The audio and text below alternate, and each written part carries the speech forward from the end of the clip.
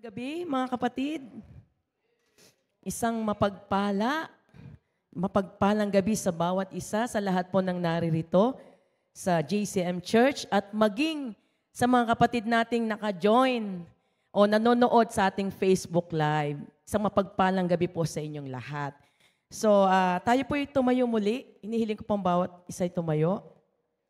Pagpaumanhin niyo po, medyo sisinghot-singhot ako ngayon. Dahil talagang ilang araw na masama ang pakiramdam ko. Pero hindi hadlang yon para hindi natin maipahayag ang mensahe ng Panginoon sa gabing ito. Amen. Buksan po natin muna sa Philippians chapter 1 verse 6. Amen. Basahin po muna natin sa English, King James Version, bago po yung Tagalog.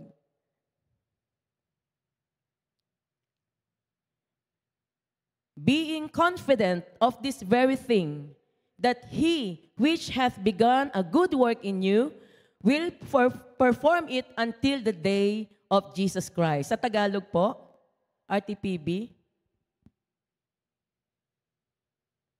Natitiyak kong ang mabuting gawang pinasimulan sa inyo ng Diyos ay Kanyang lulubusin hanggang sa araw ng pagbabalik ni Hesukristo. Tayo po yumukot manalangin.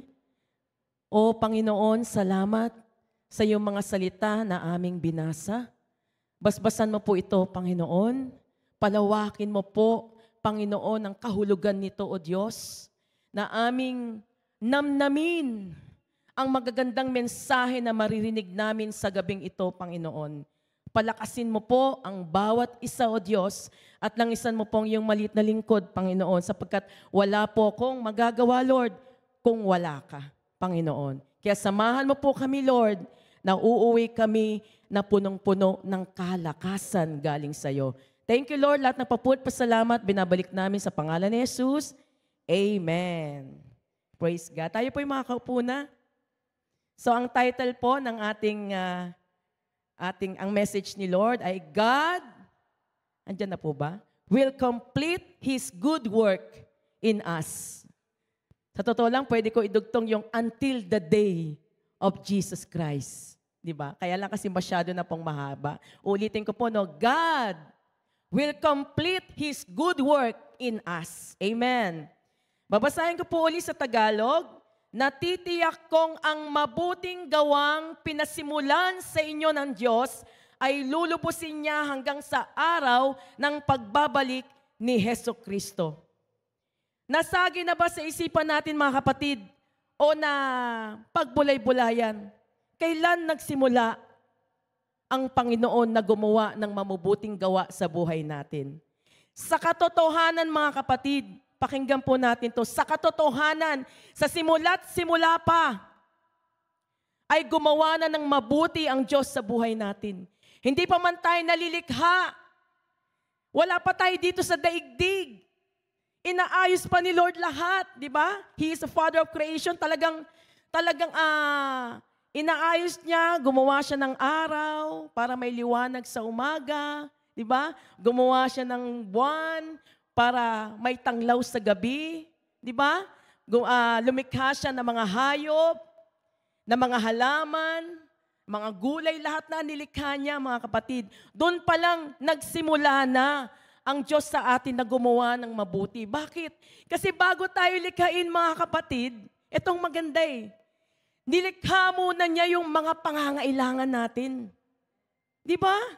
Ang galing ng Panginoon. Nakaka-amaze ang Lord. Na hindi pa man tayo nalilikha, parang, alam mo yun, nai-imagine ko yung mukha ng Panginoon na sobrang saya, na nililikha niya yung mga bagay na kailangan natin. Sa katotohanan nga pati yung mga halamang gamot nilikha niya, niready niya na para sa mga taong may sakit. Akalain niyo yun, mga kapatid. Matutuklasan natin yung guyabano, cancer killer pala yan. 10,000 times greater than chemotherapy. Akalain niyo yun? Napakaraming halamang gamot, di ba? Kaya lang minsan hindi natin napapansin. Kasi nasanay na tayo sa mga gamot na nabibili sa butika. Pero napakarami pala yan, lalo na pag pinagsabay mo raw yung bayabas tsaka yung guyabano. Grabe daw yan. Ang galing ni Lord, di ba? Alam niyo, gusto ko pong ma-amaze kayo sa ginawa ng Lord mula pa nung umpisa. Niready niya na lahat. At ang ganda ng plano niya, mga kapatid. Di ba? Nilikha niya yung una nating mga ninuno, si Eva at Adan. Amen, di ba? At dinala sa halamanan ng Eden. Dapat ang plano ng Diyos, ang tao hindi mapapagod, di ba? Sila Eva at Adan, pag nagugutom, pipitas na lang eh. At saka nandoon yung innocence, di ba? Yung bang hindi nila nararamdaman o naiisip yung kasalanan ng mga time na yon. Kasi ang gusto talaga ng Lord, yung closer relationship, no? Sa Diyos at sa tao. Yung close relationship nila, mga kapatid. Kaya nga sabi dito, siya ang ating Diyos, nagsimula at nagpasimula ng lahat ng mabubuting gawa sa buhay natin. Amen. Buksan nga po natin sa Awit chapter 139 verse 15 to 16.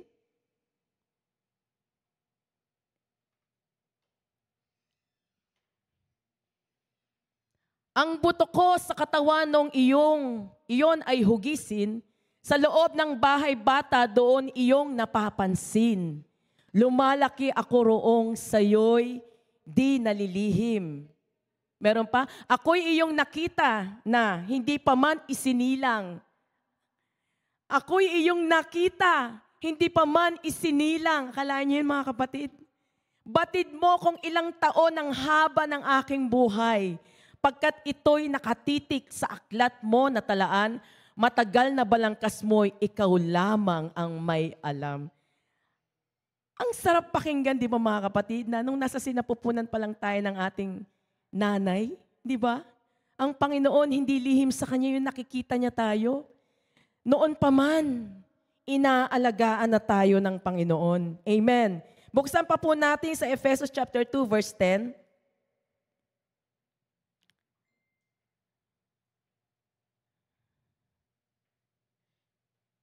Sapagkat tayo'y nilalang ng Diyos, nilikha sa pamamagitan ni Kristo Jesus upang iukol natin ang ating buhay sa paggawa ng mabuti. Iyan ang layuning pinili ng Diyos para sa atin noong una pa man. Amen. Talagang lahat nakaplano na sa Panginoon. Talagang noon pa man, wala pa tayo dito sa daigdig, na sa pag-iisip na tayo ng Panginoon. Amen. Buksan pa po natin sa mga Awit chapter 37 verse 25.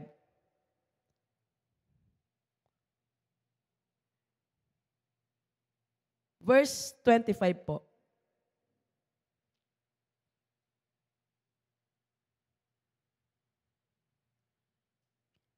37 verse 25.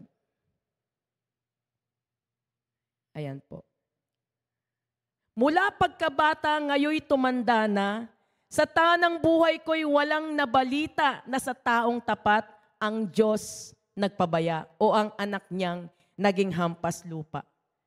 Amen. Totoo naman yun, no? Dumanas man tayo ng hirap noon, pero hindi habang panahon nandun tayo eh. Talagang inalis tayo ng Panginoon doon. Naranasan natin yung kasalatan, di ba? Naranasan nyo na ba yung ang ulam nyo lang ay toyo, asin, mga ganon? Diba? Dumanas tayo ng ganon, pero hindi nagpabaya ang Diyos sa atin. Kasi kinupkup niya tayo eh. Inalis niya tayo doon sa paghihirap. Noon pa man, talagang gustong-gusto na ng Panginoon na tayo ay lingapin. Amen. Ganito ang pangyayari. Ang ganda na nangyari nung create ng Lord ang lahat, maging ang tao. Amen. Kaya lang nagkaroon ng bad news ngayon. Ano yung bad news? Nagkasala. Diba? Nagkasala ang ating unang mga ninuno, si Eva at si Adan. Nagkasala sila, pinalaya sila sa halamanan ng Eden, di ba? At nagkaroon pa ng sumpa. Ang mga babae ay mula sa paglilihi, magsasuffer sila hanggang sa mga anak. Ang mga lalaki naman, hindi kakain ng hindi sa kanyang pinagpaguran. Magiging ahas nga na sumpa din. Dati pa lang may paang ahas. No? Ang sumpa sa kanya, magmula ngayon, ang tiyan mo na, ang katawan mo na ang gagapang sa lupa. Di ba? So talagang nagkaroon ng kaparusahan, nagkaroon ng pagkahiwalay. Di ba? Pero hindi tumigil ang ating Diyos, mga kapatid. Hindi siya tumigil na gumawa ng mabuti. Tumawag siya, di ba? Ang mga lingkod niya noon, sila amang Abraham, di ba? Tumawag siya ng mga lingkod niya noon, nagpadala siya ng mga propeta para lang iparating sa mga tao ang kanyang pagmamahal na gusto niya. Ang mga tao wag magkasala, gusto niya magkaroon ng relasyon. Di ba? Sa bawat henerasyon lumipas, hindi tumigil ang ating Diyos. Amen. Kaya lang ang tao, lalo ng mga Israelita noon, na dati ay pinili ng Diyos, sila lang talaga ang pinili ng Diyos noon. Amen. Kaya lang dahil sa katigasan ng ulo nga mga kapatid, ay talagang dumating ang time, lalo na ito na yung good news ngayon. Ito na yung good news mga kapatid. Bali, kinuwento ko muna yung from the very start, mga kapatid, para nang sa ganon, alam natin paano pa rin kumikilos ang Panginoon sa buhay natin. Amen. So bago po natin sabihin yung good news, meron pa po dito sa verse na Jeremiah chapter 29 verse 11.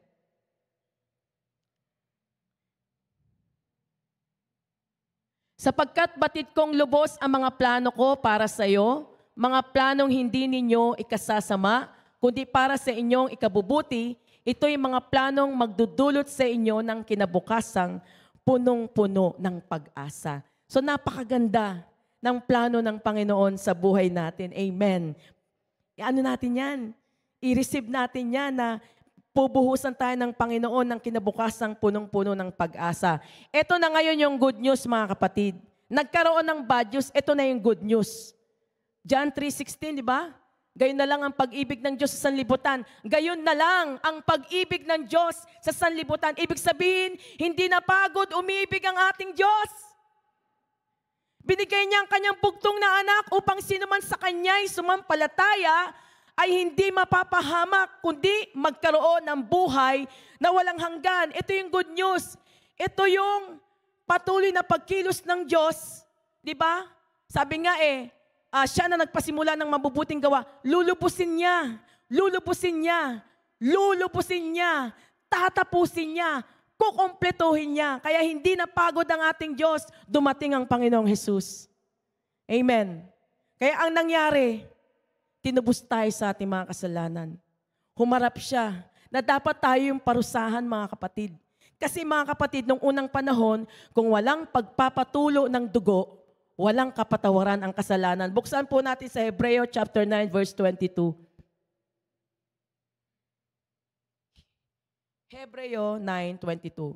Ayon sa kautusan, halos lahat ng bagay ay nililinis sa pamamagitan ng dugo at walang kapatawaran ng kasalanan kung hindi sa pamamagitan ng pag-aalay ng dugo. Kaya mismo ang dugo ng Panginoong Hesus inalay niya. Sabi nga ng mga scientist, may mga scientist na inaalam nila yung kasaysayan ng Panginoong Hesus. At base sa kanilang natuklasan, ang blood pressure daw ng Panginoon ay 0. Naubos. Lalo na nung sinibat siya dito sa tagiliran, ubos na ubos. Talagang inalay niya lahat. Buong dugo niya naubos. Minsan, para sa lahat, para magkaroon ng kapatawaran ng kasalanan. Ang mga taong, lahat ba ng tao, kundi ang mga taong nanampalataya sa Kanya. Di ba? Sino man sa Kanya ay sumampalataya ay hindi mapapahamak, kundi magkaroon ng buhay na walang hanggan. Amen. At nang dahil dito mga kapatid, dahil sa ginawa ng Panginoon 2024 years ago, hanggang sa atin umabot yung good news na yan. Sino ba yung good news? Ano ba yung good news? Sabi, ipahayag yung mabuting balita. Ano ba yung mabuting balita? Buksan nga po natin sa 1 Corinthians chapter 15. Tama po ba ako? Kung hindi sa 1 Corinthians, 2 Corinthians. Ayan na, ito na, mga kapatid. Sabi ni Apostol Pablo, mga kapatid, ngayon ipinapaalala ko sa inyo ang magandang balitang ipinangaral ko sa inyo. Iyan ang magandang balitang inyong tinanggap at naging saligan ng inyong pananampalataya. Sige po. Naligtas kayo sa pamamagitan nito kung matatag ninyong pinangahawakan ang salitang ipinangaral ko sa inyo. Dahil kung hindi, walang kabuluhan ang inyong pananampalataya. Ito na yung mabuting balita. Sapagkat ibinigay ko sa inyo itong pinakamahalagang katuruan na tinanggap ko rin, si Kristo'y namatay dahil sa ating mga kasalanan bilang katuparan sa sinasabi sa kasulatan. Sige lang po, inilibing siya at muling nabuhay sa ikatlong araw ayon din sa kautusan. So, ang good news ay si Jesus Christ. Ang Panginoong Yesus mismo ang naging good news. Ngayon, narinig natin ngayon. Sa iba't ibang kapamaraanan, mga kapatid, tinawag tayo ng Panginoon. Sa iba't ibang tao, ginamit ng Lord para marinig natin yung salita ng Diyos. Amen. Di ba? At nung narinig natin, tinanggap natin ng buong galak. Masayang-masaya tayo. At hanggang sa dumating ang time na in love tayo kay Lord. Sino ba yung nakaranas ng first love dito sa Panginoon? Di ba? Pag in love ka, lagi ka nakikipag-usap sa Panginoon. Di ba? Lagi kang nananalangin. Lagi kang uma-attend ng church services. Malayo pa lang, uuwi mo lang galing Sunday. Naranasan niyo ba ito, mga kapatid? Uuwi nyo lang galing sa church. Inaayos nyo na yung damit nyo para sa susunod na Sunday. Sobrang excited ba? Talagang pine-prepare mo na lahat. Kasi yung in love ba, yung first love sa Panginoon. So lahat ginagawa natin at sinusunod natin yung kalooban ng ating Diyos. Amen. Praise God. Pero mga kapatid, itong sinasabi ng Panginoon na mabubuting gawa ay hindi dyan natatapos. Kasi ang gusto ng Panginoon, interesado ang Lord sa puso natin na to be more like Jesus. Amen. Kasi minsan nga daw, physically present but totally, ano yun sabi na? Totally absent. Mentally absent. Naalala ko sa Ate Michelle, no? Nabanggit niya yung revival of the heart. Kasi baka daw yung puso natin, hindi na tumitibok. Kahit nandito tayo sa church, hindi na tumitibok. Kailangan, tawag doon, ICPR. Kailangan mabuhay, mga kapatid. Kaya yan yung tinatrabaho ng Panginoon sa atin. Hindi siya titigil hanggat hindi tayo maging ganap sa Kanya. Buksan po natin sa Ephesians chapter 2, verse 8.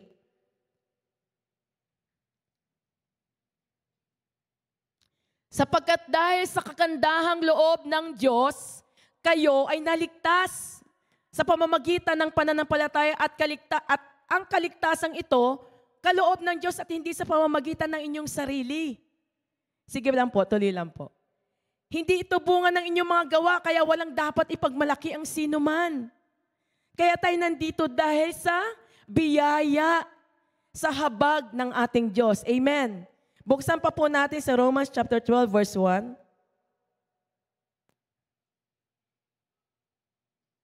Kaya nga mga kapatid, alang-alang sa masaganang habag ng Diyos sa atin, ako'y nakikiusap na ialay ninyo ang inyong sarili bilang isang handog na buhay, banal at kalugod-lugod sa Diyos. Ito ang karapat-dapat na pagsamba, paglilingkod ninyo sa Diyos. Magagawa ba natin to? Hindi natin kayang gawin to. Ang Panginoon pa rin ang gagawa ng paraan para maging maayos tayo. Kasi kusagan ng atin, di ba? Hindi natin kaya. Hindi natin kaya. Ang Panginoon pa rin. Kaya nga, He who began a good work in you, hanggat di siya bumabalik, mga kapatid. Kasi pag bumalik siya, tapos na.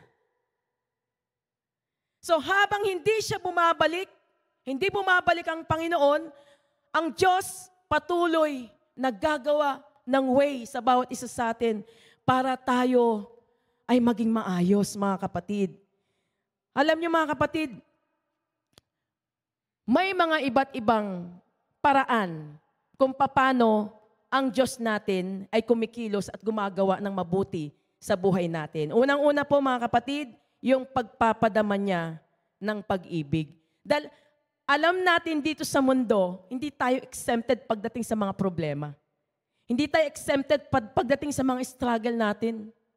Kaya dito, basahin po natin to at namnamin natin to mga kapatid dahil alam ko, iilan sa atin nakakaranas nito. Buksan po natin sa Romans chapter 8, verse 35 to 39. Unang-una ang pagmamahal niya. Yan, inaano niya yan, isa sa ginagawa niyang, yung good work na yan, yung pag-ibig niya. Sino ang makapaghihiwalay sa atin sa pag-ibig ni Kristo? Ang kaguluhan kaya? Ang kapighatian? Pag-uusig? Pagkagutom? Kahirapan? Panganib o kamatayan? Ayon sa nasusulat, dahil po sa inyo'y buong araw kaming pinapatay. Turing nila sa amin ay mga tupang pangkatay. Ito ang maganda, hindi.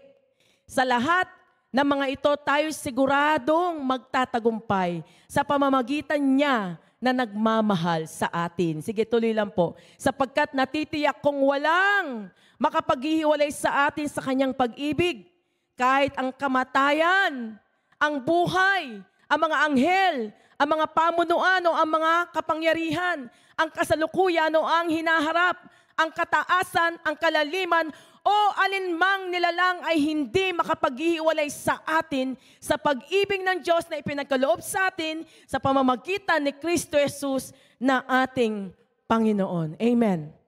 Hallelujah. Palakpakan natin ang Lord. Grabe, no? Alam ni Lord ang struggle natin. May kanya-kanya tayong struggle.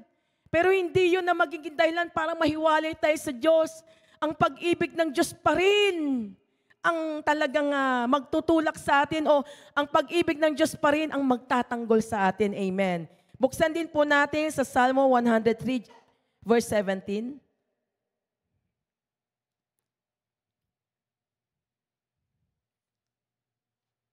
Ngunit ang pag-ibig ni Yahweh ay tunay na walang hanggan sa sino man na sa Kanya'y may takot at pagmamahal. Ang matuwid niyang gawa ay wala ring katapusan. Amen. Hallelujah. Walang hanggan ang pagmamahal sa atin ng Lord. Yung matuwid niyang gawa, tuloy-tuloy mga kapatid. Amen. Praise God. Sumunod po mga kapatid. 2 Timothy, 2 Timoteo chapter 2 verse 13.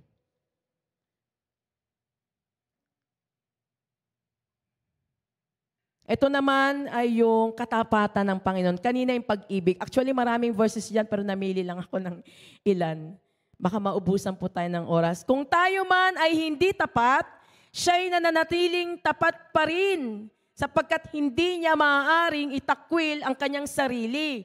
Mula nang tinanggap natin ang Panginoon, talagang inari tayo ng Lord na sa Kanya. Amen? Ang sarap, no? Damhin yun, na tayo'y sa Kanya. Kaya hindi niya maaaring itakwil ang kanyang sarili. Sumunod po, Deuteronomy chapter 7, verse 9.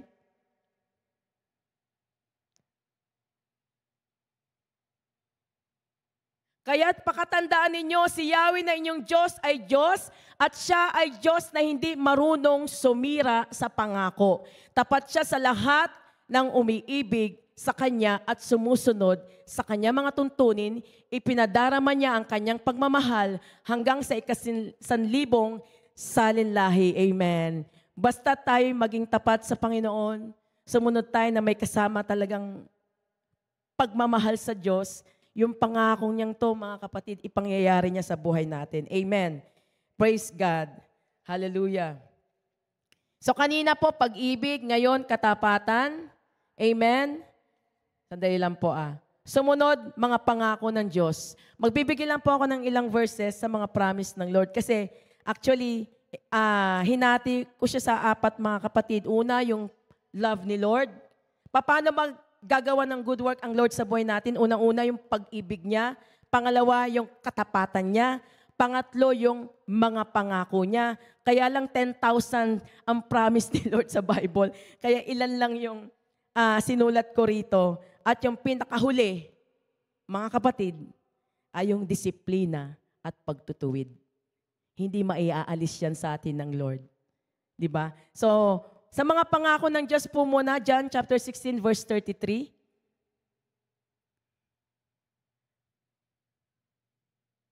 Sinasabi ko sa inyo upang kayo'y magkaroon ng kapayapaan sa pakikipag-isa sa akin, magdaranas kayo ng kapighatian sa mundong ito, ngunit tibayan ninyo ang inyong loob na pagtagumpayan ko na ang sanlibutan. Sa mundong ito, punong-puno ng kaguluhan, pero ang sabi ng Panginoon, laksan natin ang ating loob sapagkat dinaig niya na ang sanlibutan. Amen. Sumunod po, Awit chapter 32, verse 8.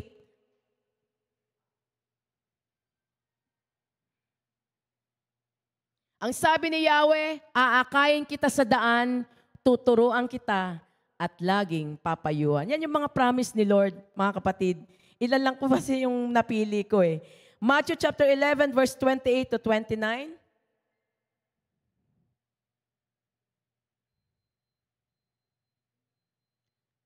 Lumapit kayo sa akin, kayong lahat na nahihirap at nabibigat ang lubas sa inyong pasanin, at kayo'y bibigyan ko ng kapahingahan.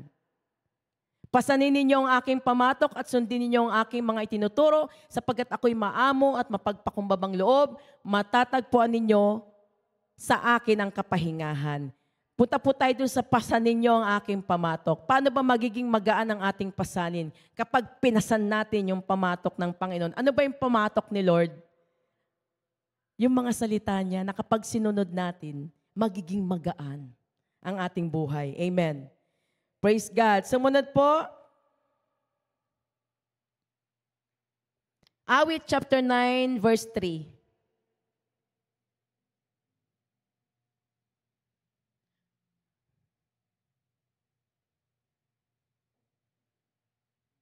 Makita ka lang ay umuurang ng aking mga kaaway, sila'y nabubuwal at namamatay sa iyong harapan. Amen.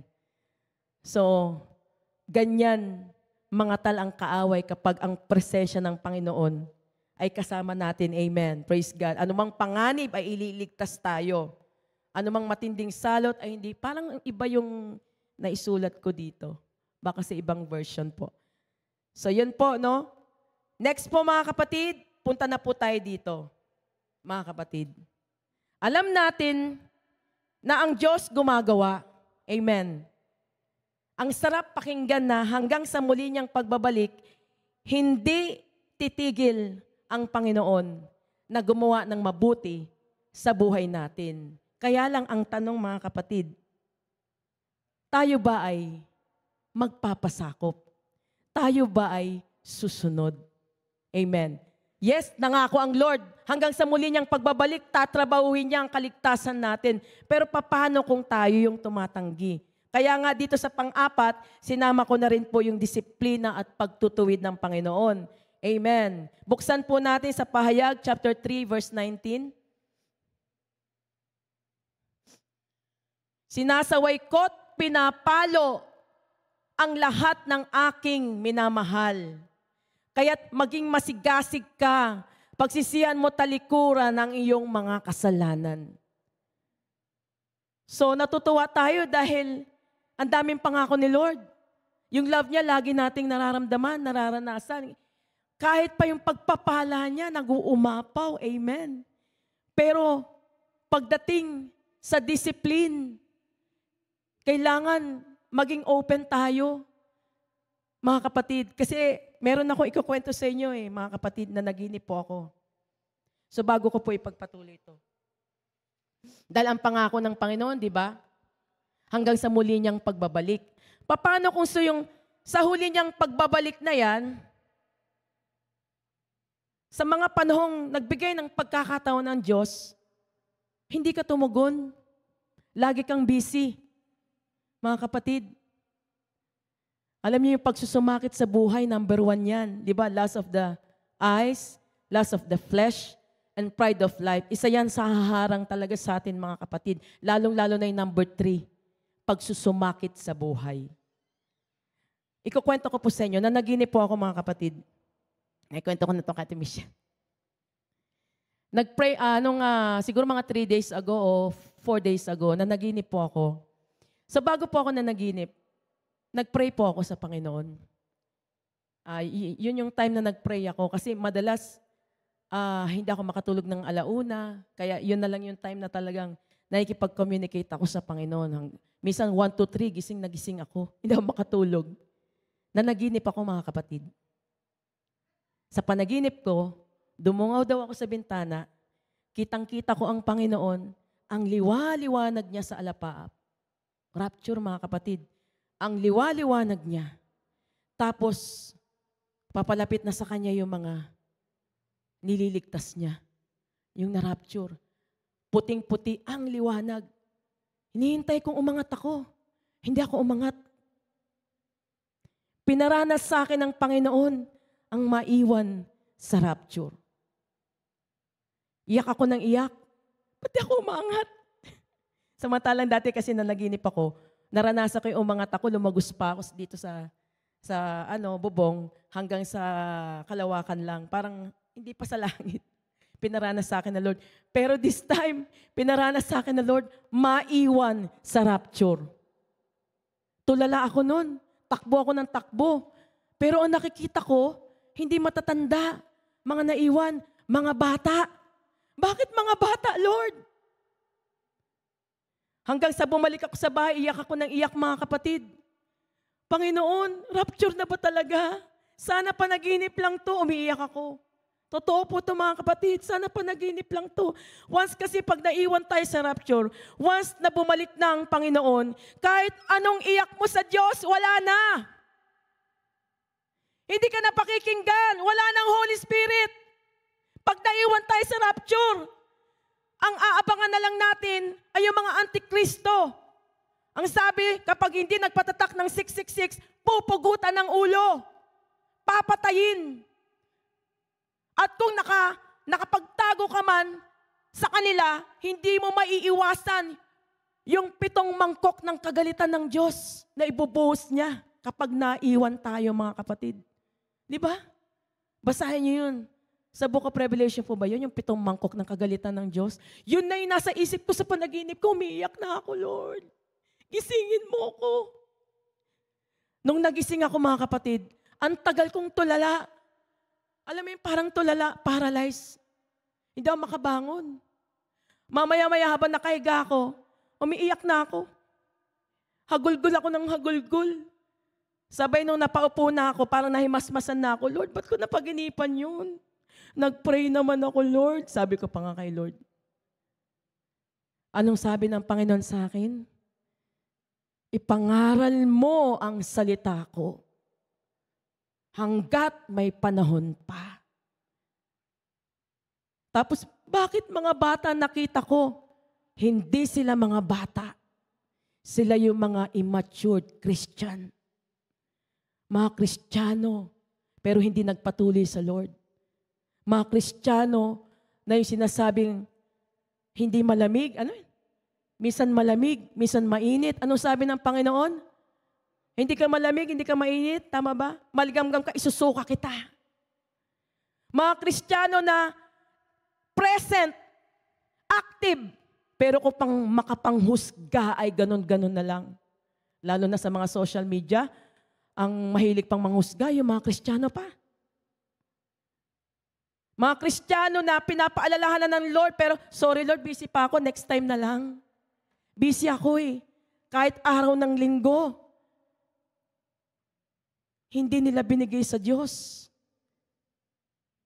Tawag doon mga hinehele pa. Mga baby Christian na hindi na lumago. Immature Christian. Yun ang pinakita sa akin ng Lord. At ako, tinatanggap ko rin yun. Baka ako rin yan, Lord. Kaya pinaranas mo yan sa akin. Kaya humihingi ako ng tawad sa iyo, Panginoon. Kaya, samantalahin natin habang nasa panahon pa tayo ng grace. Panahon na hindi pa bumabalik ang Lord. Kasi kapag naabutan tayo ng rapture at hindi tayo makakasama, grabe ang mangyayari sa atin, mga kapatid. May nakapanaginip nga daw sa rapture, kahit magpakamatay ka pa raw, buhay ka pa rin. Wala na Talagang ipaparanas daw sa atin yung kaparusahan ng lahat ng mga hindi sumunod sa Panginoon. Kaya habang sinasabi ng Panginoon, siya na nagpasimula ng mabubuting gawa sa buhay natin, tatapusin niya hanggang sa kanyang muling pagbabalik. Hanggang doon lang. Kaya habang nandoon tayo, nandito pa tayo at hindi pa tayo hindi pa dumarating ang Lord, maglingkod tayo sa Panginoon. Piliin natin ang Lord. Piliin natin ang Panginoon, mga kapatid. Lahat ng bagay na pinagpaguran natin sa lupa, mababaliwala yun. Katawan lang natin, tayo lang ang haharap sa Diyos. Walang kahit kayamanan pa kung nag-ipon ka ng pera mo. Pati linggo, binigay mo na sa, isabi na, hindi mo na binigay sa Panginoon. Sa totoo lang, kaya ako umiiyak kasi naramdaman ko yung pakiramdam na naiwan. Naiwan. Tapos kahit anong iyak ko sa Panginoon, wala na. Hindi ka na pinakikinggan ng Diyos.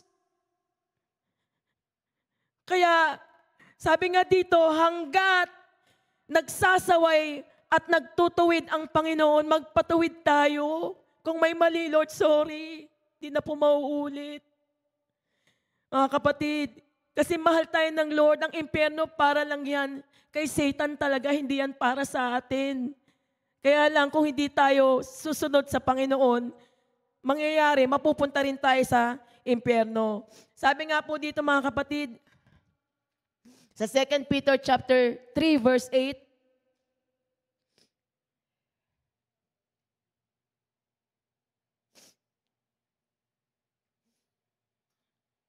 mga minamahal, huwag niyong kalimutan o kalilimutan na sa panahon nasa Panginoon, ang isang araw ay tulad ng 1,000 taon.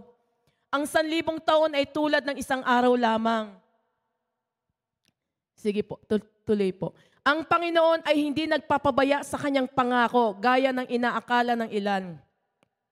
Hindi pa niya tinutupad ang pangakong iyon alang-alang sa inyo.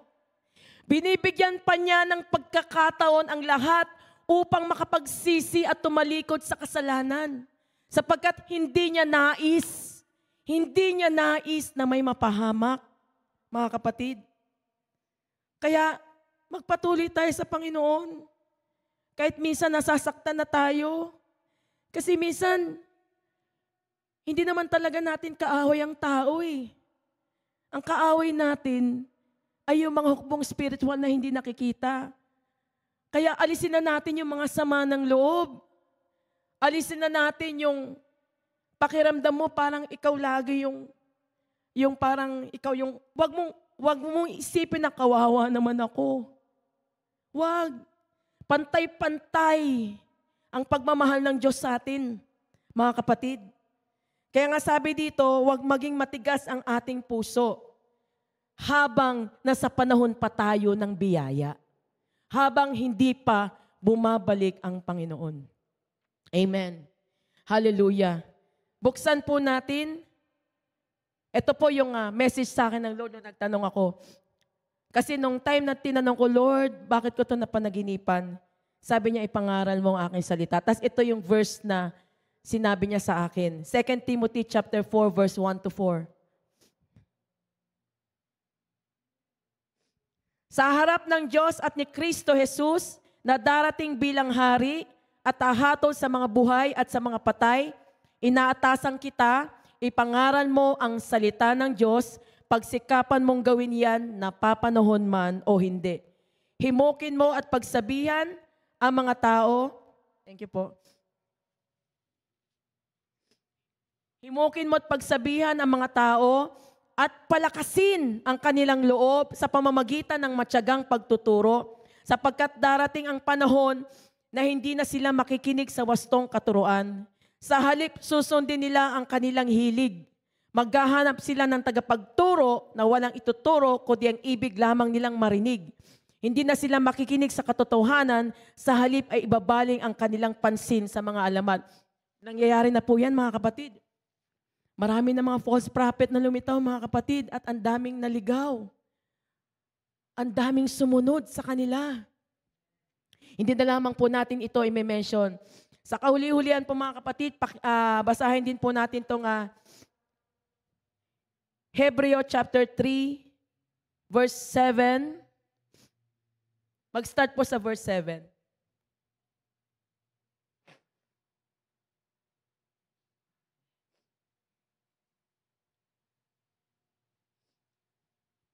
Kaya tulad ng sinabi ng Espiritu Santo, kapag narinig ninyo ngayon ang tinig ng Diyos, iyang inyong puso'y huwag patigasin. Tulad noong maghimagsik ang inyong mga ninuno doon sa ilang, nang subukin nila ako. Ako ay tinukso doon at sinubok ng inyong mga magulang, bagamat nakita nila ang mga ginawa ko sa loob ng 40 taon. Sige lang po. Kaya't napuot ako sa kanila at sinabi ko, lagi silang lumalayo sa akin. Ang mga utos ko'y ayaw nilang sundin. Kaya sa galit ko, ako ay sumumpang hindi mararating ang lupang pangakong aking inilaan. Amen. Mga kapatid, ingatan ninyong huwag maging masama ang sino man sa inyo at mawala ng pananampalataya hanggang sa talikuran, hanggang sa kanyang talikuran ang Diyos na buhay. Di ba? Binanggit dito ng Panginoon yung mga Israelita noon, yung ating mga ninuno noon. Alam niyo ba na yung mga Israelita, pagkalabas nila doon sa Red Sea, 15 days pa lang silang naglalakbay, no? Pagkalabas nila, nagagalit na sila kay Moises. Dahil nagugutom na sila. Siguro yung baon-baon nilang pagkain, naubos na. Dinala mo kami dito para patayin sa gutom. Di ba sabi pa ang ganun nila kay Moises. Pero anong nangyari? Nung narinig ng Panginoon yun, hindi nagparusa ang Diyos. Ang ginawa niya, nagpadala siya ng karne sa gabi, at kinaumagahan, nagpaulan ng mana, yung tinapay. Pero may instruction ng Lord. Hindi nila sinunod. Sabi, kumuha lang ng sapat, wag labis. Kumuha pa rin ng labis. Kaya kinaumagahan, inuod yung pagkain nila. For 40 years, mga kapatid, naglakbay sila sa ilang. Dapat 3 days lang. Nasa promised land na sila. Pero bakit sila naglakbay for 40 years? Dahil nga sa karereklamo. Nagkandamatay na yung mga nauna, ang nakarating na lang yata sa lupang pangako ay yung mga apo-apo na lang. At mismong si Moises, mga kapatid, hindi nakarating sa lupang pangako. Di ba? Kasi ang sabi ng Lord, magpahayag ka lang. Pag nakita mo yung bato, magpahayag ka lang, lilitaw yung tubig. Ang ginawa niya, hinampas niya sa galit. At nagsalita pa siya. Mga kapatid, buksan po natin sa Bilang. May oras pa po ba ako? Sa Bilang, chapter 20. Tingnan nyo dahil lang, ang haba-haba ng pagod ni Moises sa pagsunod sa Panginoon, nang dahil lang dito, hindi siya nakarating sa promised land. Tingnan nyo dito verse 7 po. Sabi po dito,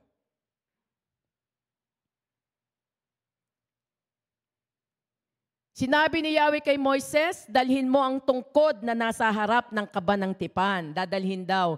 Isama niyo si Aaron ang buong bayan sa harap ng malaking bato.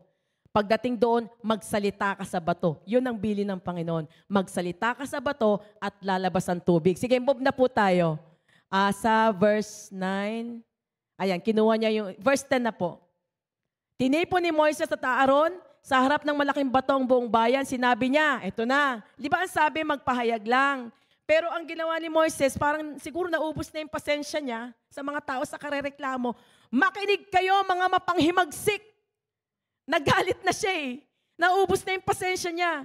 Gusto ba ninyong magpagbukal pa kami ng tubig mula sa batong ito? Una, nagsalita siya ng hindi maganda. Pangalawa, parang inangkin niya yung power na siya yung makakapagpabukal ng tubig. Ano yung pangatlo? Pagkasabi noon, 2 ulit na pinalo ni Moises ang bato. Anong sabi? Magpahayag lang, di ba? Magsalita ka lang. Pinalo, siguro sa galit niya. Ayan na, ang tubig.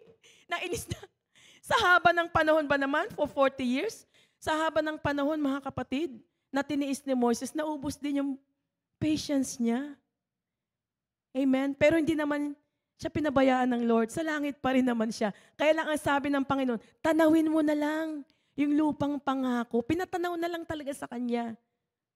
Ano ba yung lupang pangako natin sa panahon ngayon? Yun yung langit. Kaya mga kapatid, sa kahuli-hulihan po, ayun po, inurasan na po ako.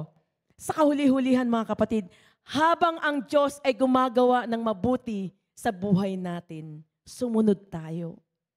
Pag tinawag tayo, tugon agad. Huwag nating balawalain yung panawagan ng Diyos.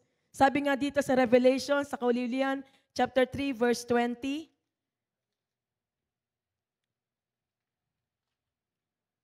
Tama ba? Nakatayo ako at kumakatok sa pintuan. Kung di rin gininuman ang aking tinig at bubuksan ng pinto, papasok ako sa kanyang tahanan at kakain kaming magkasalo. Amen.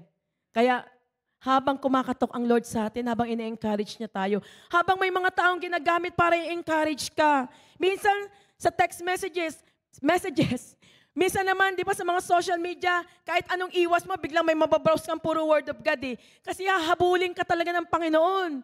Di ba sabi sa Psalms 23, your goodness and mercies will follow me all the days of my life. Kaya hanggat kinukulit tayo ng Lord, ang pag-ibig nga daw ng Diyos ay makulit. Hindi siya titigil. Kasi mahal ka niya. Mahal niya tayo at ayaw niya tayong mapunta doon sa kapahamakan. Kaya habang ginagawa niya ang mabubuting gawa sa buhay natin, Lord, ito ako. Here am I, Lord. Use me, guide me.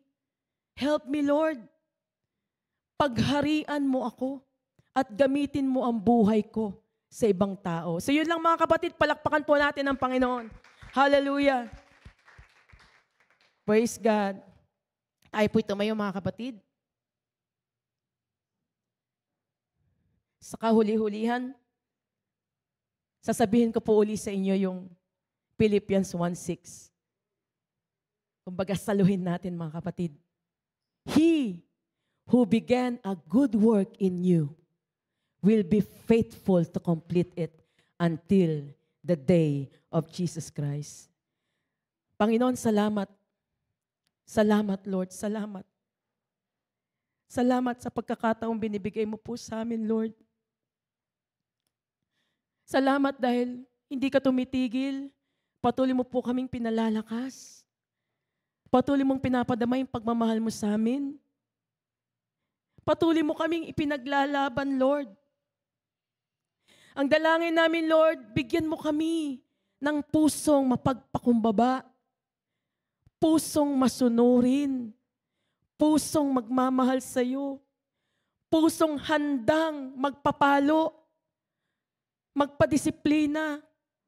Panginoon, pagharian mo kami.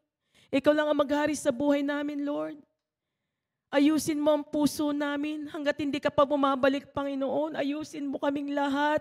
Hindi lamang kami, Panginoon, kundi ang buong sambahayan namin, ang mga anak namin, ang pamilya namin, ang mga mahal namin sa buhay, Lord. Gagawa ka ng paraan para lahat kami, O Diyos, ay ililigtas mo. Sa huling panahon na yon, sa iyong pagbabalik, alalahanin mo kami, Panginoon. Huwag mo kaming iiwan. Hallelujah. Sa pangalan ni Jesus. Sa pangalan ni Jesus, O God, nawa ang mga salitang ito na aming narinig ay hindi namin makakalimutan at dadalhin namin hanggang sa aming tahanan, Panginoon. Thank you, Lord Jesus. Lahat ng papuri, lahat ng pasasalamat ay binabalik po namin sa pangalan ni Jesus. Amen.